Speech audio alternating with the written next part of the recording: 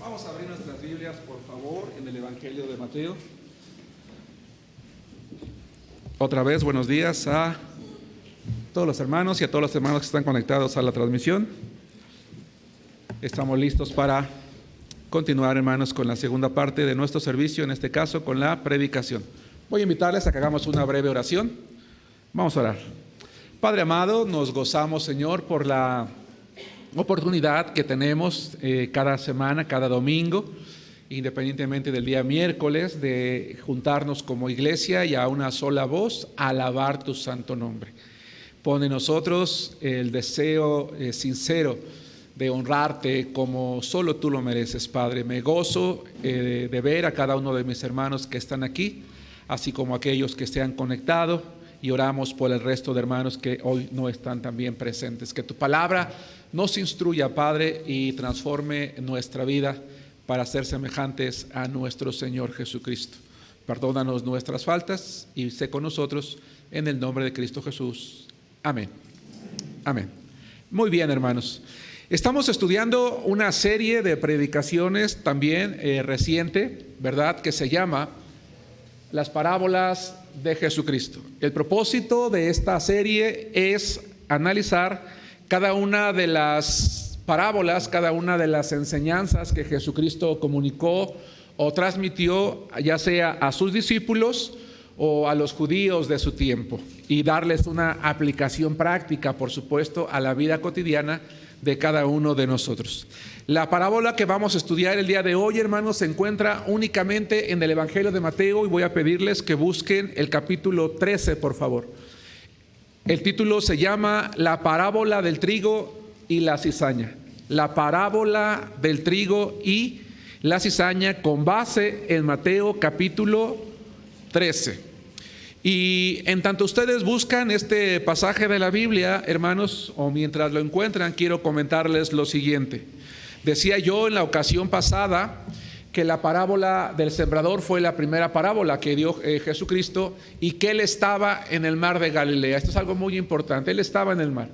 Cuando Jesús estaba allí, les dio aproximadamente 7 parábolas. No son todas. En total, durante su ministerio, el tercer año, fueron entre 30 y 40 parábolas. Pero en aquella ocasión en particular, Él les dio alrededor de 7 parábolas. De esas 7 parábolas, 4 las dio cuando toda la multitud, además de sus discípulos, estaban con Él. Las otras 3 únicamente se las dio a ellos en particular. De todas esas parábolas, aproximadamente 2, esta es la segunda, y quizás una más, fueron explicadas por Él. De allí en fuera, todas las otras 30 y tantas parábolas que hay en la Biblia ya no tienen una explicación de Jesucristo. De tal manera que para poder entenderlas vamos a tener que estudiar sistemáticamente la Biblia, como lo estamos haciendo en la clase dominical, para poder encontrar la enseñanza que Jesús quiso dar en aquel tiempo. La segunda parábola que Él da es la parábola del trigo y la cizaña, y quiero comentarles lo siguiente. La parábola que vamos a estudiar hoy, el trigo y la cizaña, es como una continuación de la anterior. No necesariamente, pero sí, en la medida en la que la vamos a estudiar, nos vamos a dar cuenta que es un complemento, porque nos va a enseñar muchas cosas interesantes. No solamente lo que ha pasado ya con la semilla que sembró en aquel entonces el Evangelio, sino que también nos va a continuar enseñando que la obra que el enemigo hace no termina cuando una persona recibe a Cristo. Bien, el punto número 1 que vamos a estudiar se llama el sembrador de la buena semilla, con base en Mateo capítulo 13, versículo 24 y 37. 24 y 37 vamos a hablar de el sembrador de la buena semilla. La palabra de Dios dice en Mateo 13, 24, le refirió otra parábola diciendo: el reino de los cielos es semejante a un hombre que sembró buena semilla en su campo. Versículo 37. Respondiendo él les dijo: el que siembra la buena semilla es el Hijo del Hombre. En la parábola del sembrador, ¿qué es la semilla, hermanos? La palabra de Dios, el Evangelio. Yo les comenté en el primer sermón introductorio que tenemos que tener mucho cuidado al interpretar las parábolas, porque la imagen que se utiliza en una no necesariamente significa lo mismo en las demás. Porque cuando yo estudio una y veo una imagen en una y la quiero aplicar en todas las parábolas, voy a terminar cometiendo un error. En la parábola del trigo y del sembrador se habla de la semilla. La semilla es el evangelio. Aquí se habla también de la semilla, pero aquí nos vamos a dar cuenta que la semilla ya no es el evangelio, sino aquellos que hemos creído en Jesucristo. ¿Ok? Bien, con base en lo dicho entonces, quiero decir lo siguiente. De acuerdo a la palabra de Dios, hay un sembrador de una buena semilla, y ese gran sembrador de la buena semilla es el Señor Jesucristo. Él es el gran sembrador, y entonces, hermanos, en virtud de que Jesús es el Hijo de Dios, es Dios mismo hecho carne, lo que Él enseña, lo que Él predica es correcto, es bueno. Porque al ser el Dios y ser santo, Él no puede sembrar algo que sea malo. Él todo lo que hace es bueno, es puro, es santo. De tal manera que Él vino al mundo, hermanos, a sembrar una semilla particular en ese mundo, y se refiere a aquellos que iban a creer en Él. Algo interesante es que cuando la Biblia habla de este sembrador, dice que este sembrador sembró de día, sembró a los ojos de todas las personas. Todo el mundo podía escuchar sus sermones, todo el mundo pudo ver sus milagros, todo el mundo podía comprender todo lo que Él decía. Él no se andaba ocultando de nadie. Por supuesto que hubo ocasiones en que Él predicó de noche, pero la idea no es esa. La idea es que Él siempre predicó a los ojos de los demás, donde todo el mundo podía verlo. Él no tenía por qué esconderse. De hecho, Él quería ser visto, anhelaba ser visto, anhelaba ser escuchado. Tanto que fue a los lugares más importantes, no solamente a los pueblos, a las provincias, sino a la sinagoga y al templo. Vamos a Lucas capítulo 21, de preferencia no pierdan Mateo, porque vamos a estar regresando allí. Ese es el pasaje base. El sembrador de la buena semilla, el gran sembrador, es Jesucristo. Él no solamente siembra la palabra de Dios, sino que también establece personas que creen en Él para que hagan algo. Y lo hizo de día a los ojos de todo el mundo. Lucas capítulo 21, versículo 37 dice, por ejemplo, y enseñaba. Eso es lo que hacía Jesucristo. Y enseñaba de día, ¿en dónde? En el templo. Ahora, esto es importante. ¿Por qué? Porque los judíos, administradores del templo, o el Sanedrín como se le conocía, ¿verdad? Precisamente hubo un momento en que se levantaron en contra de Jesucristo. A ver, pregunto lo siguiente para ver, hermanos, ¿qué tanto estoy siendo favorecido de la atención de la iglesia? Durante el ministerio de Jesucristo, ¿en qué momento fue que Jesús empezó a usar parábolas? El tercer año. 2. ¿Por qué?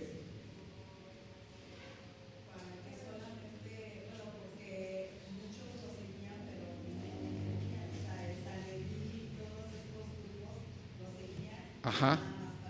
Pero algo más. ¿Tenía que cuidar más sus palabras? ¿Por qué, Carlos? ¿Por qué? Porque ya se estaban levantando en contra de Él para matarlo. Por eso Él empezó a usar parábolas. Y hubo un momento en que Él ya no podía pisar el templo. No porque no quisiera, sino porque ya no se lo permitían, porque querían matarlo. Pero allí fue Él a predicar. Allí enseñaba. Dice, enseñaba de día en el templo y de noche. En esta ocasión, saliendo, estaba en el monte que se llama de los Olivos. Lucas, retrocedamos al capítulo 13, versículo 10. ¿Cuál era el lugar de reunión de los varones judíos? El lugar más importante, independientemente del templo, hermanos. Las sinagogas. Allí Jesús fue a predicar. Dice Lucas capítulo 13, versículo 10. Enseñaba Jesús en una sinagoga. ¿Cuándo? En el mero día, donde estaba lleno. En el día de reposo. Entonces, el gran sembrador Jesucristo no se escondía. Predicaba a la luz del día, donde todo mundo podía escucharlo, porque Él quería que su palabra fuera escuchada. Pero además, la palabra de Dios dice que este sembrador sembró en su campo, en lo que era suyo, en lo que le pertenecía, no solo a la vista de todos, sino en aquello que le pertenecía y que por lo tanto tenía el derecho de hacerlo. De tal manera, hermanos, lo hizo Jesucristo, que a aquellos que creyeron en Él, no solamente les ordenó que siguieran predicándolo, sino que fueran más allá de lo que Él vino a hacer. Ojo, no estoy utilizando la palabra lograr, porque si yo digo más allá de lo que Él logró, estaría diciendo que Él no pudo cumplir con su propósito y que por lo tanto los suyos son los que lo tienen que hacer. No, Jesucristo, el propósito de Él no era venir a llenar el evangelio, a todo el mundo del evangelio, sino establecer el evangelio en ese lugar, en este caso su pueblo, levantar una iglesia para que fuera ella la que lo llevara. Por eso, con base en Marcos 16:15, quiero recordar lo siguiente. Hermanas, las damas, Marcos capítulo 16, versículo 15. Hermanos varones, 1 Timoteo capítulo 2, versículos 3 y 4. Así como el buen sembrador vino a sembrar la semilla que es el evangelio, nosotros hoy la semilla que hemos resultado, los hijos de Dios, tenemos la responsabilidad de enseñar también, enseñar de día, enseñar a la vista de todos lo que todo mundo debe de conocer y aprender, que es la palabra de Dios. Hermanas, por favor, van a leer conmigo Marcos capítulo 16, versículo 15. Dice así la palabra de Dios: y les dijo: id por todo el mundo y predicar el evangelio a toda criatura, ricos, pobres, cultos, incultos. Así que si tú vas en la calle evangelizando, hermano, y tú ves a una persona indigente, dale un folleto. Y si te atiende, háblale de Cristo. Si vas por la calle y ves a una persona en estado de ebriedad, no dices, no, esa gente así como está, no va a creer. No, hermanos, hay tantos testimonios hermosos de gente que se convirtieron a Cristo cuando alguien los miró con amor y con misericordia y les presentó el plan de salvación. Dice, ve y predica el evangelio a todo el mundo. ¿Conoces a una persona que es dura, que es necia, que es rebelde? Dice, no, ese no va a creer, pero jamás, no. A veces esas personas, cuando creen, son las más fieles, porque son firmes en las decisiones que toman. Varones, 1 Timoteo 2, 3 y 4 dice la palabra de Dios así: porque esto es bueno y agradable delante de Dios nuestro Salvador, el cual quiere que todos los hombres sean salvos y vengan al conocimiento de la verdad. El sembrador de la buena semilla es Cristo. Hoy nosotros tenemos que ser sembradores también de esa buena semilla. Pero la parábola, hermanos, no termina allí. Punto número 2, y es donde nos vamos a quedar más tiempo. También nos habla del sembrador de la cizaña. Regresemos a Mateo capítulo 13, versículos 25 al 29 y 38 y 39. Insisto, aquí es donde nos vamos a quedar más tiempo. Mateo 13, 25, la palabra de Dios dice así: pero mientras dormían, aquí está, pero mientras dormían los hombres, vino su enemigo y sembró cizaña entre el trigo y se fue. Y cuando salió la hierba y dio fruto, entonces apareció también la cizaña. Vinieron entonces los siervos del padre de familia y le dijeron: ¿no sembraste buena semilla en tu campo? ¿De dónde pues tienes cizaña? Él les dijo: un enemigo ha hecho esto. Y los siervos le dijeron: ¿quieres pues que vayamos y la arranquemos? Él les dijo: no, no sea que al arrancar la cizaña arranquéis también con ella el trigo. Versículos 38 y 39. El campo es el mundo, la buena semilla son los hijos del reino y la cizaña son los hijos del malo. El enemigo que la sembró es el diablo. Hasta allí. Hermanos, ¿qué es la cizaña? La cizaña, hermanos, constituía uno de los principales enemigos, hermanos, del sembrador en Palestina. La cizaña, hermanos, es una planta tan parecida al trigo que es muy difícil distinguirla. Es tan parecida al trigo que a través del tiempo a la cizaña se le llamó falso trigo. ¿Qué pasa, hermanos? ¿Qué pasa si un sembrador no tiene cuidado al momento de limpiar, de rescatar los granos del trigo y los llega a combinar con la cizaña? Hermanos, un sembrador en Palestina tenía que cuidar muy bien su campo. La cizaña era una maleza normal, natural, que crecía en los campos de trigo. El problema aquí no es ese. El problema es que alguien de manera voluntaria y con el propósito de causar un daño fue a ese campo y sembró la cizaña para eso, para perjudicar el crecimiento del trigo y para perjudicar el resultado del trabajo que el buen sembrador, hermanos, había hecho. Un sembrador común, normal, hermanos, allá en Palestina, cuando sembraba trigo, procuraba en la época de primavera, cuando apenas había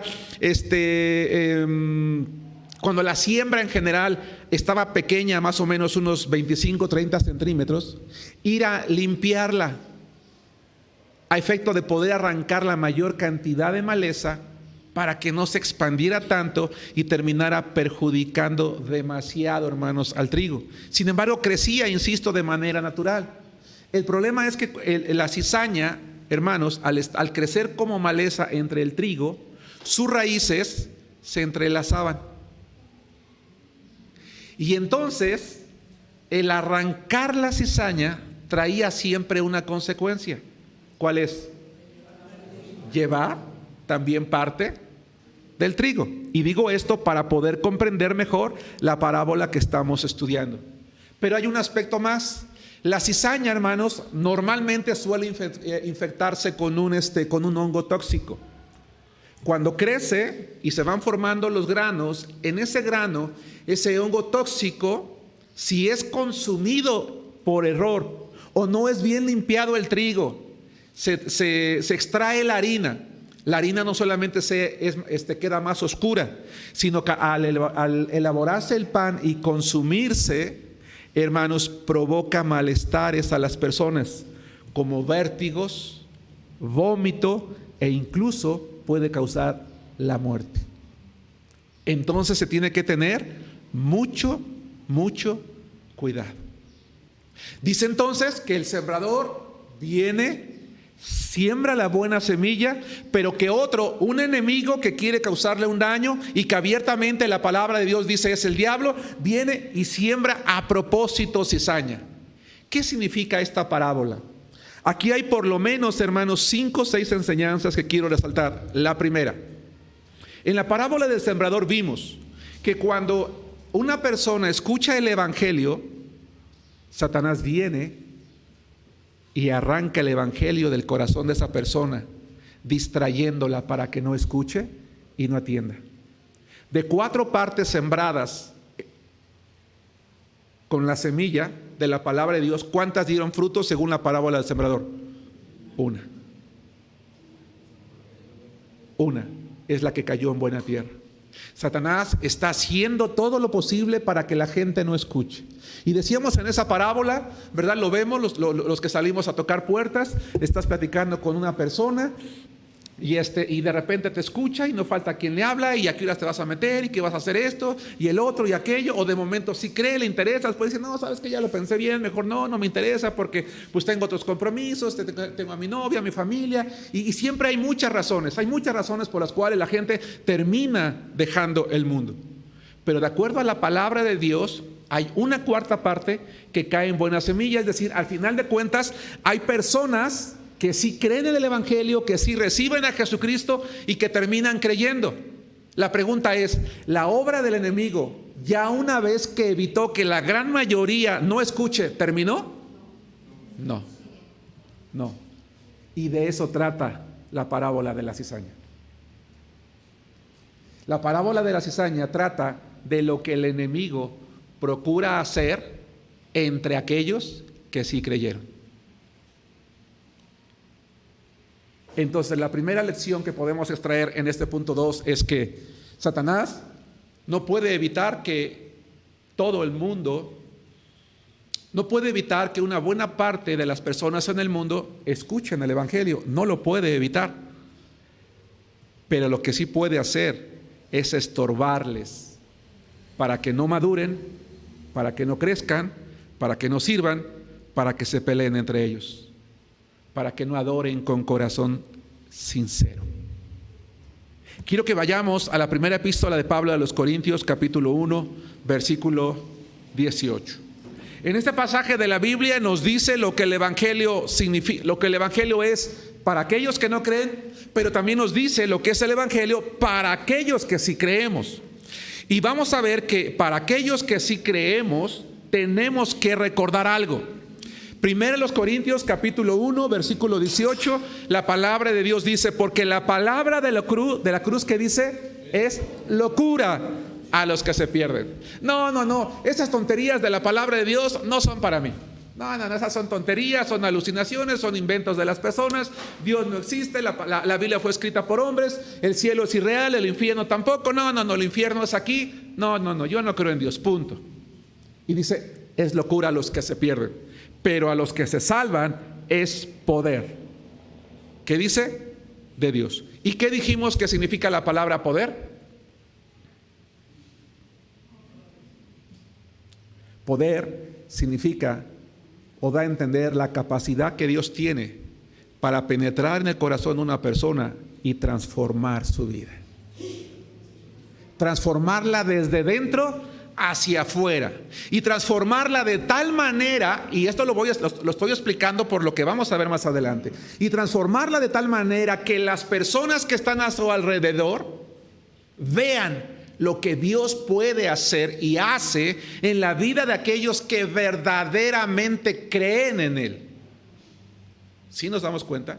Por eso es que aquellos hermanos que hoy por hoy hemos creído en Jesucristo, tenemos que estar conscientes que Satanás va a hacer todo lo posible para estorbar nuestra madurez, nuestro crecimiento, nuestro compromiso con Dios, porque Él, ya que no pudo evitar que creyéramos, va a tratar de alejarnos del compromiso con Dios. 2. Hay un claro señalamiento, hermanos, de que el campo es el mundo. Jesús dice, ¿qué es el campo? El campo es el mundo. Pero aquí, hermanos, quiero llamar otra vez su atención. ¿A qué se refiere con que el campo es el mundo? ¿Se refiere al mundo en general? Bueno, cuando Jesús dice el campo es el mundo, hermanos, es muy probable, altamente probable, que se refiera a dos cosas: al mundo en general, pero también a algo en particular. Todos aquí sabemos que desde que Adán y Eva pecaron, ¿qué hay en el mundo? Pecado. El mundo está en tinieblas. De tal manera que no tiene sentido, o no tendría sentido, una parábola en la que se nos dijera que viene el enemigo, viene el malo a establecer cizaña, ¿verdad? Y que esa cizaña representa a los hijos del malo. Esto es algo que ya sabemos. Por eso es que cuando Jesús está dando esta parábola, Él se está refiriendo a otro mundo en particular. Al espiritual, a aquel lugar donde su palabra está siendo creída. Sí, los cristianos vivimos en el mundo, compartimos con las personas el trabajo, compartimos la escuela, quizás tenemos negocios y finalmente participamos de la vida cotidiana. Pero somos parte de un mundo, de una familia diferente, la iglesia. Y se espera que en la iglesia, una vez que nos hemos convertido a Cristo, haya ausencia completa de maldad, de pecado, de envidia, de pleitos, de lujuria, de lascivias, de contiendas y de envidias. Porque en ese mundo, se supone, únicamente está la influencia de Cristo. Se supone que únicamente está la influencia de Cristo. Pablo, de hecho, por eso le dijo a los hermanos de Corinto lo que sigue. Segunda a los Corintios, capítulo 11, versículo 2. ¿Sí van conmigo, hermanos? Vamos a ir avanzando hasta llegar al punto que quiero. Segunda a los Corintios, capítulo 11, versículo 2. Pero Pablo, consciente de que no era así, porque en la realidad no es así, es decir, en la iglesia sí hay influencia del mundo, sí hay muchas cosas que quizás muchas veces o no percibimos o las pasamos por alto. Pablo dice a la iglesia de Corinto lo siguiente, 2 Corintios 11:2: porque os celo con celo de Dios, pues os he desposado, los he comprometido con un solo esposo. Está comparando a la iglesia con una novia, a Cristo con el prometido, dice, para presentarlos como una virgen pura a Cristo. Dice, yo quiero que cuando Cristo venga por ustedes, dice Pablo, la iglesia sea como una novia hermosa, que no ha fornicado, que no se ha contaminado, que puede entregarse abiertamente a los brazos de su amado, porque ella se ha guardado limpia, se ha guardado pura. Quédense con esa idea. 3. La tercera cosa que aprendemos, hermanos, no solamente, 1, es que Satanás no puede evitar que todo mundo crea y va a influenciar en la vida de las personas para estorbarles. 2, que el mundo no se refiere al mundo en general, sino a aquella parte del mundo donde su palabra se cree, se escucha y se supone que se debe de vivir sin influencia de los hijos del malo. Y 3, que el dueño del campo sembró de día, pero que el enemigo, ¿cuándo sembró, hermanos? De noche. ¿Y qué creen ustedes que implica esto?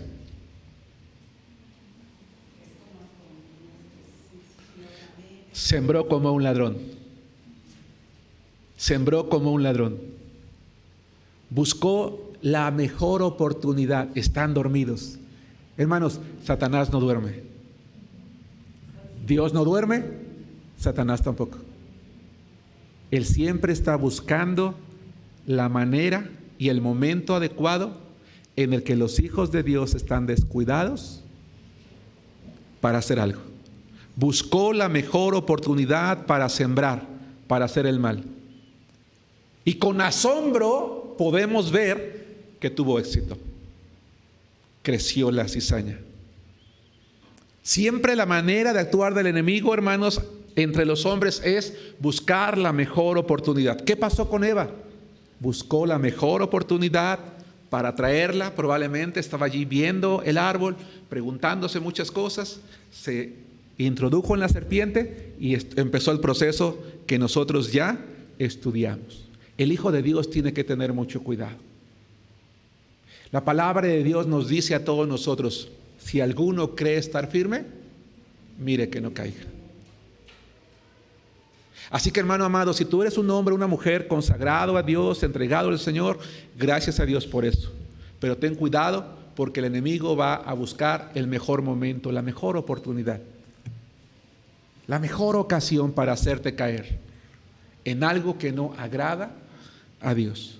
Muchas veces decimos, es que si Dios no hubiera querido que yo me involucrara en esto, no me lo habría puesto al frente. No, Dios nunca te va a poner algo que te aleje de Él. Ojo, porque muchas veces decimos, es que si Dios no hubiera querido que yo me involucrara en esto, lo que ustedes quieran, llámenlo como quieran, no me lo hubiera puesto al frente.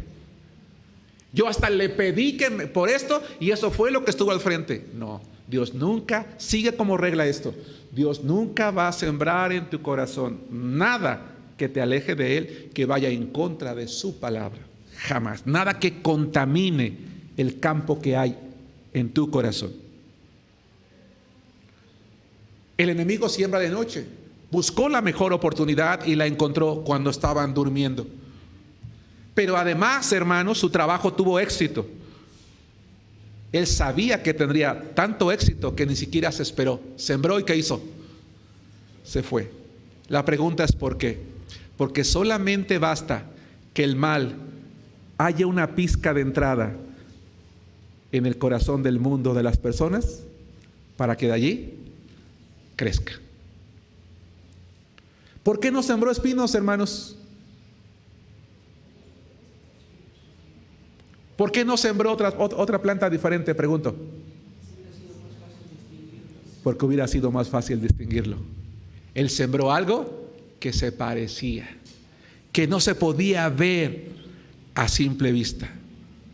Así Satanás, hermanos, siembra en las iglesias falsos cristianos, falsos maestros, falsos predicadores, para dañar el testimonio del cuerpo de Cristo, para desviar a la iglesia, para introducir mentiras, para quitar la buena doctrina, para cambiarla por otra.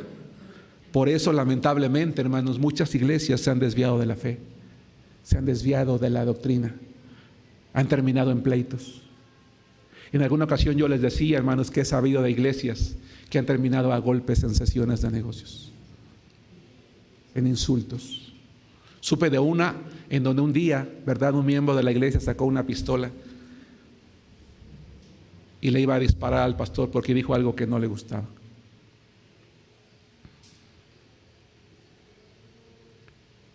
Satanás va a hacer todo lo posible por destruir el testimonio y siembra falsos cristianos para que cuando el mundo los vea, y me voy a poner como ejemplo a mí, miren el vecino del señor Germán, dice que todos los días se va a su iglesia, pero mira cómo le pega a su esposa, mira cómo anda ahí de borracho, mira cómo es mal hablado, mira cómo fuma, mira cómo baila, mira cómo vive, y dice que es cristiano. No, yo por eso con esos cristianos hipócritas no quiero saber nada, porque para ser como ellos, mejor estoy bien. ¿Qué se logra con eso, hermanos?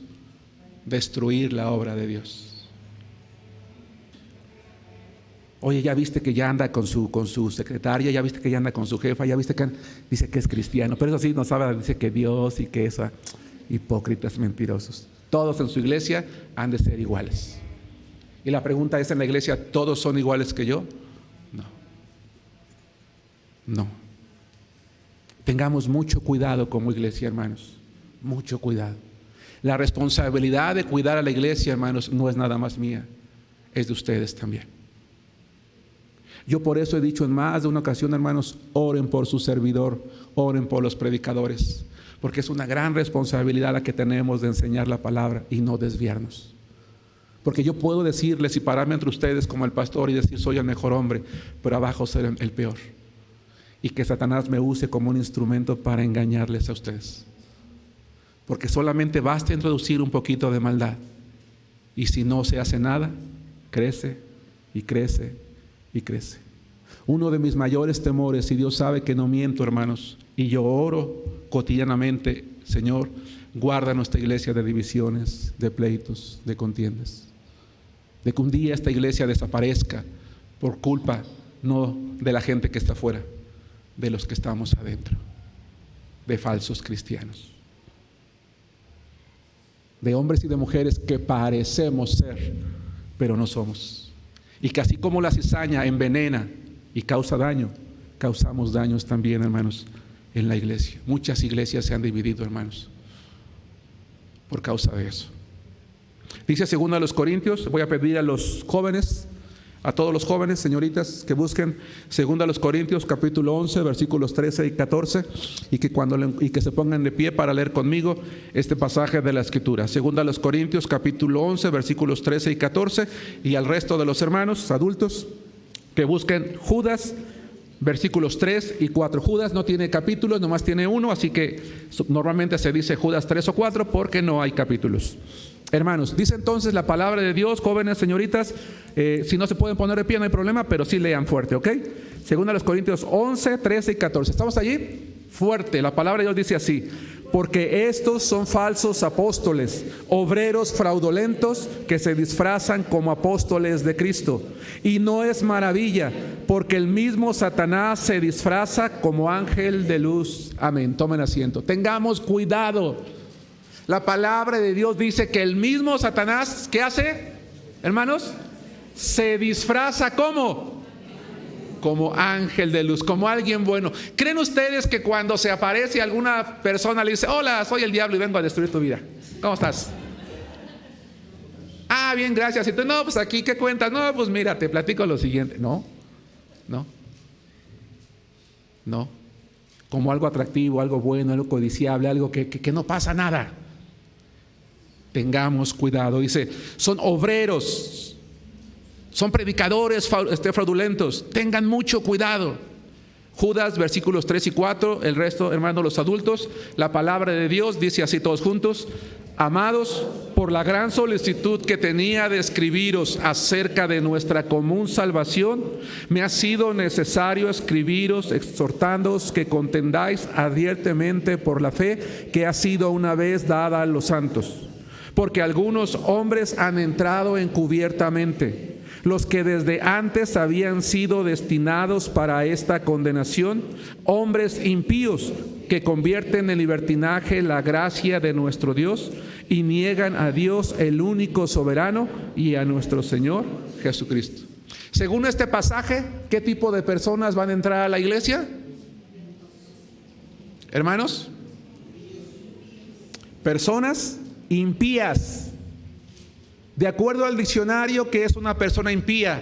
Una persona que no tiene temor de Dios, que no tiene a Dios, que no tiene a Cristo, que no le interesa, que lo niega, pero que se hace, en este caso, pasar como uno que sí lo tiene. La palabra de Dios dice, hermanos, que cuando una persona se arrepiente, hay gozo en el cielo, dice Lucas capítulo 15, versículo 7. Hay gozo en el cielo. Pero cuando una persona se arrepiente, Satanás, hermanos, no está satisfecho. Satanás no quiere que el cuerpo de Cristo sea unido. Hermanos, oremos para tener una iglesia unida, fuerte, amorosa, que trabaja, que se mira el uno al otro, donde no hay pleitos, donde no hay contiendas, donde no hay celos, donde no hay rivalidades, donde nos vemos como iguales, pero conscientes de que el enemigo va a querer romper eso, porque va a sembrar entre una iglesia sana, que quiere mantenerse pura y sin mancha, a sus hijos para causar daño y para ganar ventaja, porque siempre está buscando la manera de hacerlo. Acompáñenme a 2 Corintios capítulo 2, versículo 11. El contexto de este versículo es el siguiente: 2 Corintios capítulo 2, versículo 11. En la iglesia de los Corintios, hermanos, un miembro de la iglesia había pecado. ¿Ha pecado? Regresa a la iglesia arrepentido, pero la iglesia, en lugar de recibirlo rápidamente, en lugar de perdonarlo rápidamente, la iglesia se detiene. Hermanos, ¿por qué yo como pastor, cuando hay un hermano de la iglesia que se ha alejado más allá del pecado que haya cometido, o porque simplemente se ha alejado y vuelve, y yo le digo, hermano, pide perdón a la iglesia porque ya regresaste, ¿verdad? Levántate, hermanos, yo me alejé de la iglesia, no des explicaciones, Dios sabe por qué, yo ya le pedí perdón, yo quiero pedir perdón a la iglesia. ¿Por qué yo le pido siempre a la iglesia? ¿Por qué nunca le pido explicaciones al hermano? Y que, oye, explica a la iglesia, porque no, simplemente párate y pide perdón. ¿Y qué le he enseñado a la iglesia de Arenal que haga? Perdonar. ¿Por qué? La iglesia de Corinto estaba tardándose un poco. Y Pablo dice, tengan cuidado. Según a los Corintios 2:11. Leamos todos juntos la palabra de Dios, que dice así: para que Satanás no gane ventaja alguna sobre nosotros, pues no ignoramos sus ¿qué? ¿Qué viene a tu mente cuando dice maquinaciones? Dice, esta iglesia es amorosa, es unida, es fuerte. Dice Satanás, qué bonita iglesia. Le ordeno a mis demonios que dejen a esa iglesia en paz y tranquilos, porque a mí todos ahí son santos, son puros, son cristianos verdaderos. Ya los perdimos. Véngase, vamos a buscar a otros. ¿Dice eso? No. Está buscando la manera de romper esa armonía, de desviarlos de la palabra, de acabar con la vida de cada uno de esos miembros. Separadamente buscará la oportunidad de tentarnos, y como grupo buscará la manera de destruirnos. Pablo, hermanos, llamó a la iglesia de los Corintios a hacer algo. Según a los Corintios 13:5. Cuando prediqué la parábola del sembrador, hice un llamado fuerte, un llamado duro, que hoy voy a volver a hacer, porque esta parábola es una consecuencia de la anterior, y que más allá de hacernos sentir mal, debe de llevarnos a pensar, en lo siguiente. La palabra de Dios en 2 Corintios 13:5, hermanos, dice lo siguiente: examínense a ustedes mismos si están en la fe. Examinaos a vosotros mismos si están en la fe, si estáis en la fe. Probaos a vosotros mismos. ¿O no os conocéis a vosotros mismos que Jesucristo está en vosotros, a menos? ¿Qué dice? Insisto, sé que es predicación, pero creo que la enseñanza lo vale. Por eso estoy haciendo preguntas. ¿Qué viene a tu mente cuando dice a menos que estéis reprobados?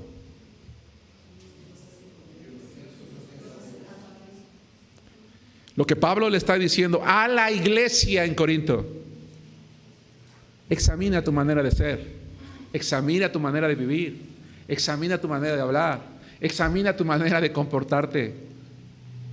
Porque si tú tienes a Cristo, eres diferente. Si Cristo está en ti, el poder del Evangelio te ha transformado, y si no, no eres salvo. Estás reprobado. Qué dura exhortación a una iglesia. A lo mejor algunos de nosotros nos habríamos ofendido, pero ¿qué estás diciendo? ¿Que no soy salvo? ¿Y quién eres tú para decir que yo no soy salvo? Pablo les dice: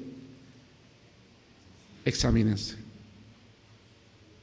Porque no puede ser posible, dice Pablo, que en una iglesia haya tantos problemas.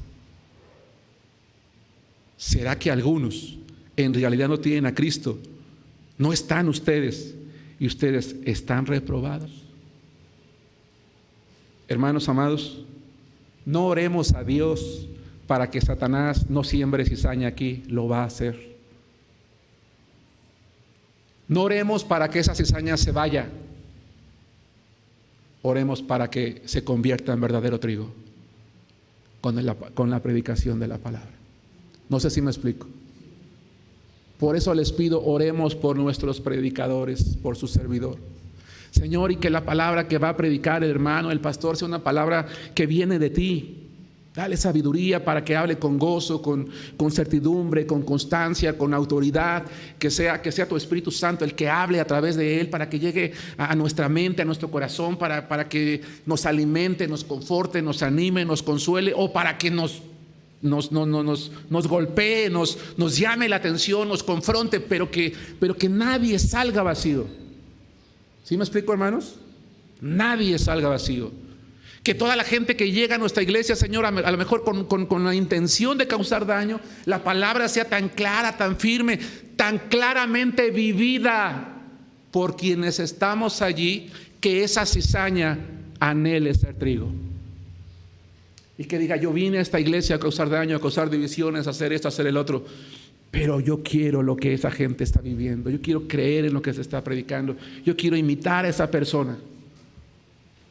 Hay ejemplos, hay vidas transformadas.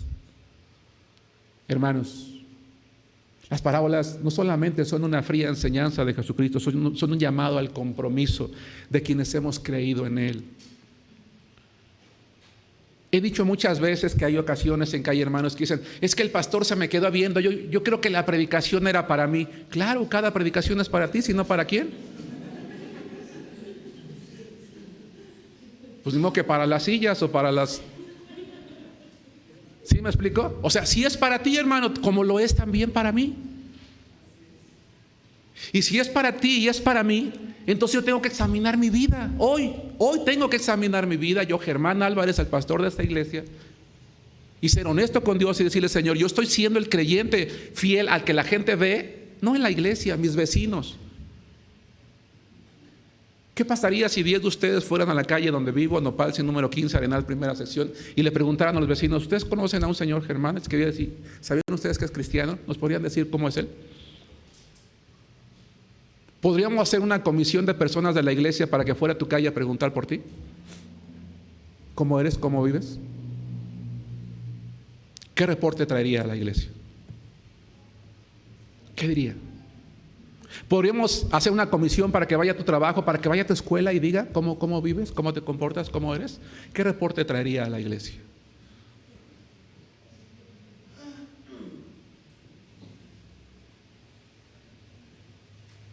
El Señor vino a sembrar, ya no nada más semilla, personas, para que el mundo las viera. Y que así como ese trigo que anhela ser cortado para ser transformado en harina y después en pan y comerse, la gente debe de mirar la buena semilla, tu vida y la mía, y decir: yo quiero este y este para mí también. Quiero ser trigo. ¿Me estoy explicando? La cuarta cosa que podemos ver aquí en este segundo punto, no perdamos la idea, estamos estudiando la parábola del trigo y la cizaña, y estamos hablando del sembrador malo, que es el diablo, ¿verdad? Que no puede evitar que la gente crea y va a influenciar en ella negativamente, que hay un claro señalamiento que es el mundo, pero no en general, sino aquel donde se está alabando a Dios, que el enemigo sembró de noche buscando el mejor momento porque no quería ser visto y sabía que iba a dar fruto. Y la cuarta cosa, hermanos, que quiero que veamos es que la cizaña no dejó de crecer ni se murió, permaneció hasta el final. Eso implica otra gran responsabilidad, que puede haber congregaciones en las cuales la cizaña esté toda la vida.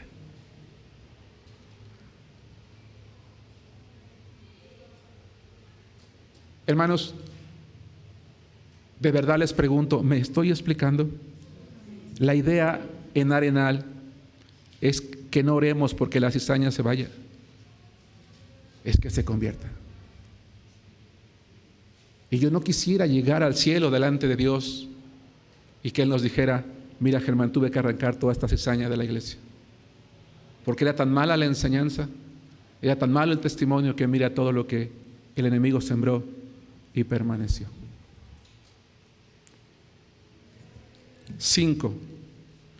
La quinta cosa que podemos aprender aquí es que quienes se relacionan con Dios al escuchar el Evangelio son hijos de Dios, y los que son sembrados por el enemigo son hijos del diablo. Esta es otra enseñanza fuerte. Una persona que no tiene a Cristo es hija del diablo. No todos somos hijos de Dios, somos criaturas de Dios. Y toda persona necesita convertirse en un hijo de Dios. ¿Dónde dice eso? Juan capítulo 1, versículo 12. Juan capítulo 1, versículo 12, y Juan capítulo 8, versículos 41 al 44. Yo hago una invitación hoy. Si hay alguien entre nosotros que hasta hoy no ha recibido a Cristo en su corazón como su Salvador personal, yo le invito a que lo haga hoy. Si tú hoy estás entre nosotros y no has recibido a Cristo, no le has pedido perdón por tus pecados, no te has arrepentido, no has invitado a Jesús a morar en tu corazón, hazlo hoy. Si tú has estado viniendo a nuestra iglesia y no te has convertido a Cristo, no lo hagas por nosotros, no lo hagas por tu familia, no lo hagas por quien te invitó, hazlo por ti. Juan capítulo 1, versículo 12 dice: mas a todos los que le recibieron, hablando en el contexto a Jesucristo, a los que creen, y creer es arrepentimiento y fe en su nombre. No dice en el nombre del pastor o de la iglesia bautista, no, en su nombre de Jesús, les dio potestad de ser hechos hijos de Dios. Vamos a avanzar al capítulo 8, versículos 41 al 44. Vamos a ponernos un poquito de pie. Sé que no es fácil soportar 2 horas, tanto tiempo, y estar concentrados, hermanos. Así que póngase de pie. Si no puede, no hay ningún problema, no lo haga. Pero estires un poquito, ¿verdad? Mueva los pies, porque de repente como que se deja de circular la sangre cuando está mucho tiempo sentado, parado, ¿verdad? Y vamos a despabilarnos un poquito. Si alguien quiere tomar agua, allá abajo hay agua. Es agua limpia, hermanos. No es jabón, no es garrafón reciclado de agua rellenada, es agua de garrafón limpia, así que usted puede con confianza tomar un vaso, beber sin ningún problema, ¿verdad? No le ofrecemos cafecito porque no hay, pero si alguien quiere traer, es bienvenido. No sería malo tener 1 hora del café, hermanos, ¿eh? ¿Ya ven? Ok. Bueno, dicho lo cual, ya un poquito más despiertos. Bien. Dice la palabra de Dios en Juan capítulo 8, versículos 41 al 44. Lo voy a leer. Dice: vosotros hacéis las obras de vuestro padre, le está diciendo a los judíos. Ahora, hermanos, le está hablando a hombres religiosos, a hombres que no faltaban a la sinagoga, que se reunían en el templo, que leían la Biblia, que la conocían y que la enseñaban. Con eso en sus cabecitas, dice: vosotros hacéis las obras de vuestro padre. Entonces le dijeron: nosotros no somos nacidos de fornicación, un padre tenemos, que es Dios. Si no somos como tú, que tu madre adulteró, la virgen adulteró, y tú quién sabe de dónde naciste. Qué terrible. Porque la gente que no cree en Dios lo maldice. Dice un salmo: pasa su lengua sobre el cielo, y parecía que no pasa nada. A Jesús lo llamaron hijo de fornicación, hermanos. Pero entonces, dice el 42, Jesús entonces les dijo: si vuestro padre fuese Dios, ciertamente me amaríais, porque yo de Dios he salido, y he venido, pues no he venido de mí mismo, sino que Él me envió. ¿Por qué no entendéis mi lenguaje? ¿Por qué no podéis escuchar mi palabra? Vosotros sois de vuestro padre el diablo, y los deseos de vuestro padre queréis hacer. Él ha sido homicida desde el principio y no ha permanecido en la verdad, porque no hay verdad en él. Cuando habla mentira, de suyo habla, porque es mentiroso y padre de mentira. Tomen asiento. La sexta cosa que aprendemos en este punto número 2, me falta un punto, ese ya es más pequeño. La sexta cosa que aprendemos, hermanos, cuando estamos hablando de la obra del sembrador y la cizaña, es que cuando el buen sembrador, ojo, cuando el buen sembrador escuchó, oye, ¿qué te parece si vamos y arrancamos la cizaña? ¿Él aceptó la sugerencia, hermanos? No. Dijo no aceptó la sugerencia. La pregunta es ¿por qué? De acuerdo a lo que expliqué hace rato, que podía causar un daño. Dijo no, déjenlos. Pero aún así sigo preguntando, ¿por qué no quiso que se arrancara? ¿Por qué permitió que se dejara? Un par de ideas.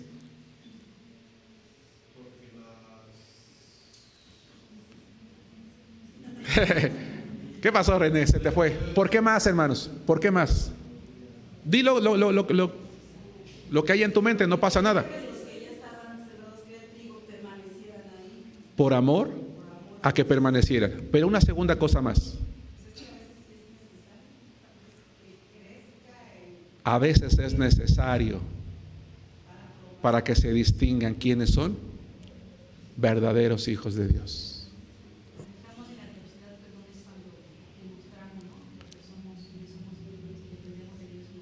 Pero hay algo más, una tercera cosa entonces. Porque él sabía que el verdadero trigo iba a crecer y iba a dar fruto. El verdadero hijo de Dios permanece hasta el final, no abandona. El verdadero hijo de Dios no se deja llevar por el pecado. No termina alejándose ni de la iglesia ni de Dios. Termina hasta el final. Y cuando venga Cristo, que es el tercer punto, a hacer la cosecha, Él va a estar allí. Lamentablemente muchos hermanos en las iglesias no están aquí. Él confiaba, así como el enemigo confió tanto que en lo que sembró daría fruto, que se fue, el buen sembrador confió en lo que él sembró, también daría fruto y llegaría hasta el final. ¿Seré yo un buen fruto, hermanos? ¿Llegaré hasta el final? Dios ha confiado en ti y en mí, que si hemos creído de verdad, llegaremos. El trigo la cizaña no va a ahogar al trigo. No lo ahoga, pero sí lo influye, sí le está robando energía. El verdadero creyente va a permanecer hasta el final. Y entonces vamos al punto número 3 y final, la cosecha. Como este es un tema más escatológico que histórico, voy a mencionarlo muy brevemente. Dice Mateo capítulo 13, versículo 30 al 43. Vuelvo a preguntar, hermanos, ¿me estoy explicando con claridad? ¿Vamos bien? Excelente. La palabra de Dios dice en Mateo capítulo 13, versículo 30, versículos 39 y 40. Versículos 30, después 39 al 43. Dice el 30: dejad crecer juntamente lo uno y lo otro hasta la siega. Y al tiempo de la siega, yo diré a los segadores: recoged primero la cizaña y atadla en manojos para quemarla, pero recoged el trigo en mi granero. 39 y 40, al 43. El enemigo que la sembró es el diablo, la siega es el fin del siglo, y los segadores son los ángeles. De manera que como se arranca la cizaña y se quema en el fuego, así será en el fin de este siglo. Enviará al Hijo del Hombre a sus ángeles y recogerán de su reino a todos los que sirven de tropiezo y a los que hacen iniquidad, y los echarán en el horno de fuego. Allí será el lloro y el crujir de dientes. Entonces los justos resplandecerán como el sol en el reino de su Padre. El que tiene oídos para oír, oiga. Hermanos, Dios ha determinado un día. Dios ha determinado un día en el que aquellos que en vida, ojo, en vida, cuando tú te mueras ya no se puede hacer nada. Se pueden hacer velaciones, se pueden hacer rezos, se pueden hacer lo que quieras, pero no se puede hacer nada por la vida de un muerto. En vida. La Biblia dice que un día todos aquellos que en vida se burlaron, menospreciaron, no a la iglesia, no al pastor, el mensaje de la Biblia, el evangelio, van a enfrentar un juicio.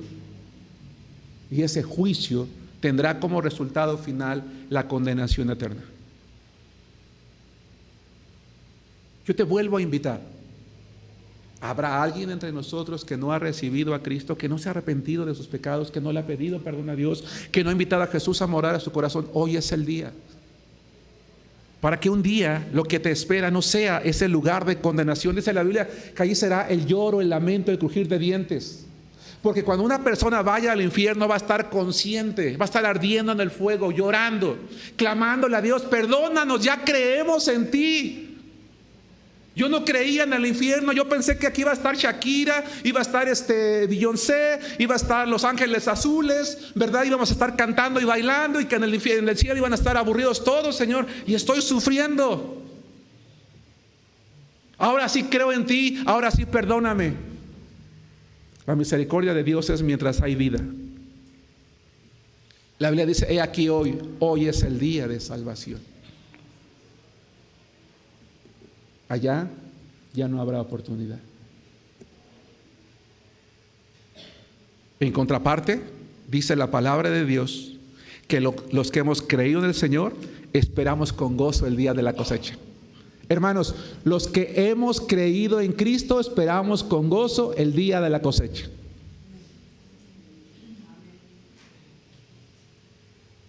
Que venga ese día, que sea hoy, en este momento, para que nos vayamos a su gloria, hermanos, porque eso es lo que nos espera, a menos que estemos reprobados. Allá no habrá más llanto, más tristeza, ni más dolor. Para terminar, acompáñenme a la primera epístola de Pablo a los Tesalonicenses, capítulo 4, versículos 13 al 18.